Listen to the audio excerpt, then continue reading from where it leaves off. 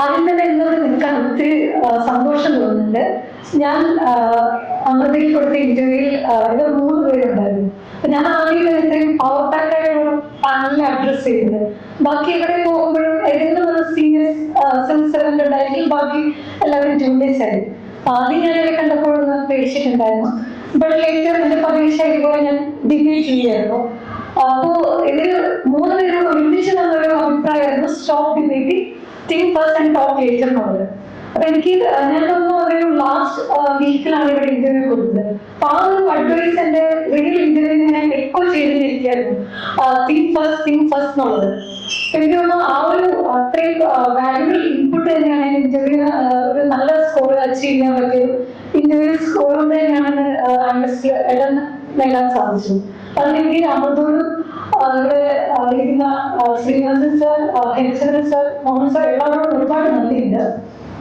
And ആസ്പിറൻസിനോട് എനിക്ക് പറയാനുള്ളത്, നിങ്ങൾ എന്തെങ്കിലും വന്നു അല്ലെങ്കിൽ സിവിൽ സർവീസിന് വന്നതിന് പർപ്പസ് നിങ്ങൾക്ക് അത്രയും ക്ലാരിറ്റി ഉണ്ടായിരിക്കണം, അത്രയും സ്ട്രോങ് ആയിരിക്കണം. ബാക്കി പിന്നെ ഹൗ എന്ന ക്വസ്റ്റ്യൻ ഇല്ല, ബാക്കി അതിനെ ഡിപ്പെൻഡ് ചെയ്യുന്നതാണ്. ചില സമയം നമുക്ക് മോട്ടിവേഷൻ കുറഞ്ഞു പോകും. ഇപ്പൊ എല്ലാവർക്കും വളരെയധികം മോട്ടിവേഷൻ ഉണ്ടായിരിക്കും.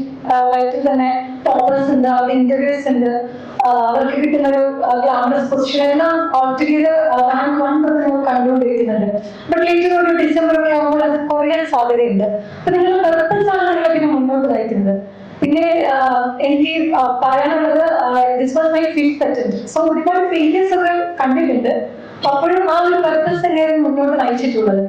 ആൻഡ് എനിക്ക് ഡിഫറെന്റ് ആയിട്ടുള്ള പറയാനുള്ള ഒരു അഡ്വൈസ് ആണ്, പ്രിപ്പറേഷൻ തുടങ്ങി കഴിഞ്ഞിട്ടുണ്ടെങ്കിൽ നിങ്ങൾ ഒരു ഫസ്റ്റ് സെക്കൻഡ് അറ്റംപ്റ്റ് വരെ പ്ലാൻ ബിയെ കുറിച്ച് ചിന്തിക്കാതിരിക്കുക. ലൈക്ക് ഇത് കിട്ടിയില്ലെങ്കിൽ എന്നല്ല, ഇത് കിട്ടാൻ എങ്ങനെയാണ് ഞാൻ വർക്ക് ചെയ്തതെന്ന് മാത്രം ചിന്തിക്കുക. ഇവിടെ ഒരു പ്ലാൻ ബി ഉണ്ട് എന്നുണ്ടെങ്കിൽ തന്നെ നിങ്ങൾ പോകുന്നത് നിങ്ങൾ വ്യതിചലിക്കുകയാണ്. Like don't think of plan B now. Preparation start ചെയ്ത് കഴിഞ്ഞാൽ ഫുൾ എഫേർട്ട് പ്രിപ്പറേഷൻ എടുക്കുക, അതുപോലെ അച്ചീവ് ചെയ്യാനായിട്ട് നിങ്ങളുടെ ഫുൾ എഫേർട്സ് കൊടുക്കുക. പിന്നെ നിങ്ങളോട് തന്നെ ജസ്റ്റിഫൈ ചെയ്യുക, ലൈക്ക് എക്സ്ക്യൂസസ് കണ്ടെത്താതെ എനിക്ക് അതുകൊണ്ടാണ് ഇതുകൊണ്ടാണ് അങ്ങനെ ചെയ്യാതെ ഷോ ചെയ്യുക. ഈ ഷോ ചെയ്യാനുള്ള കോൺഫിഡൻസ് വരുന്നത് നിങ്ങളുടെ പ്രിപ്പറേഷൻ, നിങ്ങളുടെ ഹാർഡ് വർക്കിംഗ് തന്നെയാണ്. ഒരുപാട് പേര് കണ്ടിട്ടുണ്ട്, ഫസ്റ്റ് പ്രിലിംസ് സ്കിപ്പ് ചെയ്യുന്നു, പഠിച്ചു കഴിഞ്ഞിട്ടില്ല, ആൻസേഴ്സ് എഴുതുന്നില്ല, ആൻസേഴ്സ് എഴുതാനുള്ള കണ്ടന്റ് ഇല്ല. ഇങ്ങനെയുള്ള എക്സ്ക്യൂസസ് കണ്ടെത്താതെ പ്രിപ്പയർ ചെയ്യുക, നിങ്ങൾ എഴുതി തുടങ്ങുക, അറ്റംപ്റ്റ് കൊടുക്കുക. അപ്പൊ തന്നെയാണ് നിങ്ങളുടെ സ്ട്രെങ്ത് വീക്ക്നെസ് നിങ്ങൾക്ക് മനസ്സിലാകുന്നത്.